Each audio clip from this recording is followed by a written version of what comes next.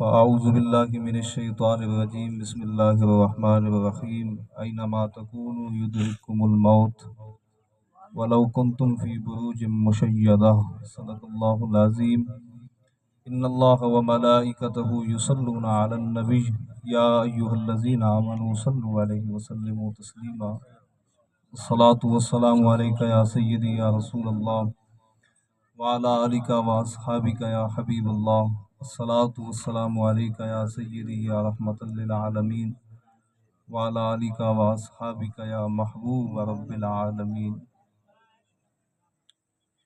حضرات ذی وقار خیر تو کوئی مبارک حضرات ذی وقار سامعین محترم، نبی علیہ الصلوۃ والسلام کے غلاموں، آپ سب دعا فرمائیں کہ رب العالمین اپنے حبیب علیہ الصلوۃ والسلام کے صدقے اماں جی کی حتمی اور کامل بخشش فرمائے، اماں جی کی قبر کو جنت کا باغ بنائے، اماں جی کی قبر نبی علیہ الصلوۃ والسلام کے نور سے چمک اٹھے۔ آپ سب نے ان کے لیے خصوصی دعا کرنی ہے۔ مجھے ابھی صبح ہی فون کیا انہوں نے، تو میں نے آگے جانا تھا، تو میں نے کہا دل جوئی کے لیے میں انشاءاللہ حاضری دے دیتا ہوں، لیکن میں نے جانا آگے ہے۔ تو آپ سب سے یہی گزارش ہے کہ یہ چند دن کی زندگی ہے، اگلا جو سفر ہے نا، اس سفر کو میں نے آپ کو یاد دلانا ہے، کیونکہ ہم وہ سفر بھول چکے ہیں۔ نبی علیہ الصلوۃ والسلام نے پتہ ہے کیا فرمایا؟ ما رأیت منظرا قط الا والقبر افظع منہ۔ اللہ اکبر۔ امام الانبیاء نے فرمایا، لوگوں میں نے دنیا و آخرت کے جتنے خوفناک منظر دیکھے ہیں نا، ان میں سے سب سے زیادہ جو خوفناک منظر ہے وہ قبر کا منظر ہے۔ بتاؤ یار، ہم نے اس قبر کے لیے کیا تیاری کی ہے؟ اور حضرت اسماء رضی اللہ تعالی عنہ پتہ ہے کیا فرماتی ہیں؟ آپ فرماتی ہیں کہ جب نبی علیہ الصلوۃ والسلام نے قبر کے فتنوں کا ذکر کیا نا، تو امام الانبیاء کے سامنے سارے صحابہ بیٹھے ہوئے تھے، حضرت جناب صدیق اکبر، فاروق اعظم، عثمان غنی، حضرت مولا علی، حضرت کاکا، حضرت شرحبیل، حضرت مثنی، حضرت عبداللہ بن مسعود، حضرت سلمان، حضرت بلال، یہ سارے صحابہ بیٹھے ہوئے تھے۔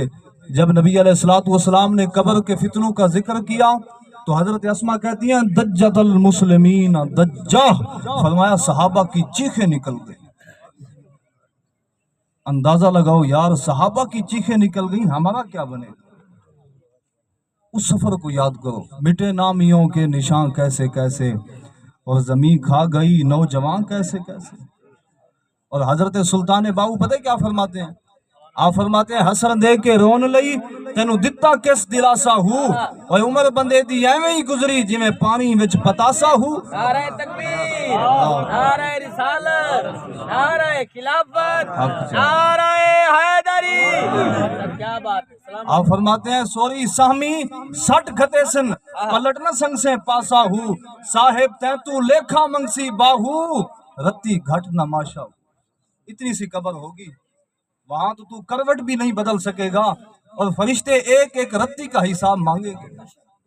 آج ہمارے پاس موقع ہے، آج ہمارے پاس وقت ہے، اللہ کے حضور سچی توبہ کرو۔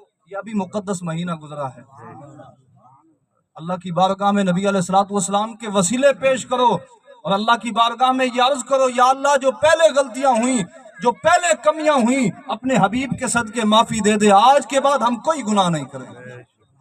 جب میں کہتا ہوں یا اللہ میرا حال دیکھ، تو آواز آتی ہے بندے اپنا نامہ اعمال دیکھ۔ جب سر حشر وہ پوچھے گا بلا کر سامنے، کیا حساب جرم دو گے تم خدا کے سامنے؟ اور قیامت والا دن وہ اتنا سخت دن ہے کہ نبی علیہ الصلوۃ والسلام نے فرمایا یہ جو جہنم ہے نا، جہنم، اس کو 70,000 لگامیں ڈالی جائیں گی، 70,000 لگامیں، اور ہر لگام کو پکڑنے والے 70,000 فرشتے ہوں گے۔ نبی علیہ الصلوۃ والسلام نے فرمایا جہنم کو پیچھے کھینچ کے رکھیں گے کہ آگے نہیں جانا۔ امام الانبیاء نے فرمایا جہنم جب گناہگاروں کو دیکھے گی تو وہ اتنا زور لگائے گی کہ وہ 70,000 لگامیں ٹوٹ جائیں۔ اللہ اکبر۔ جب اس انداز سے جہنم آئے گی نا، تو امام الانبیاء نے فرمایا اس وقت اللہ کے نبی بھی کہہ دیں گے نفسی نفسی۔ اوئے ہوئے، توبہ توبہ، ہمارا کیا بنے گا؟ हमारे नामा अमाल में तो नेकियां ही नहीं है। और इमामुल अंबिया ने फरमाया जब बंदे की रूह कब्ज होती है ना, रूह पता है उस वक्त क्या सूरत हाल होती है। खुदा के बंदो वक्त को गनीमत समझो। इमामुल अंबिया ने फरमाया जब बंदे की रूह कब्ज होती है ना, रेशम का जो कपड़ा है ना, इसे कांटों के दरख्त पे डाल दिया जाए। कांटे समझते हैं ना, कंडिया के दरख्त, फिर उसको खींचा जाए, उसका कुछ बचेगा। और मैं जब बंदे की रूह कब्ज होती है तो उस वक्त ये सूरत हाल होती है। तो इस वास्ते आप सबसे यही इल्तिमास है, मुख्तसर यही गुजारिश है कि अल्लाह के हुजूर सच्ची तौबा करो। हजरत इमाम हुसैन रज़ी अल्लाह तआला अन्हु फरमाते हैं, लौ कानत दुनिया तुअद्दु नफीसतुन व सवाबुल आखिरति अगला व अबननु। फरमाओ मेरे नाना जान के गुलामों, तुम्हें क्या हो गया है? तुमने चंद दिन की खातिर यहाँ आए हो और चंद टक्कों की खातिर तुमने आखिरत को भुला दिया, जो इतनी बुलंदो बाला जहां हमेशा हमेशा हमेशा हमेशा हमेशा हमने रहना है, उस आखिरत को भुला दिया हमने।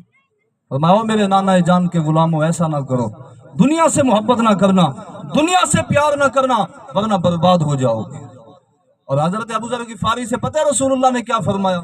इतने जलीलुल कदर सहाबी हैं और इतने मुतवक्किल सहाबी हैं कि सुबह का खाना खाकर रात का खाना रखना भी तवक्कुल के खिलाफ समझते थे।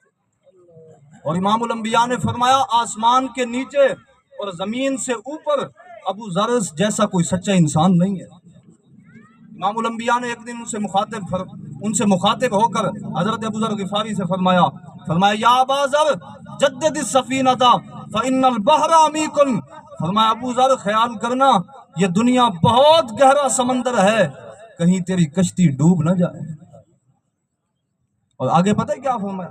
फरमाया वो खुज़ी ज़ादा कामिला फ़इन्न सफ़र तवीलुन। फरमाया अबू ज़र, ज्यादा से ज्यादा नेकियां जमा कर लेना, जिस सफर पे तूने जाना है ना, वो सफर बहुत लंबा सफर है, वो कब्र का सफर है।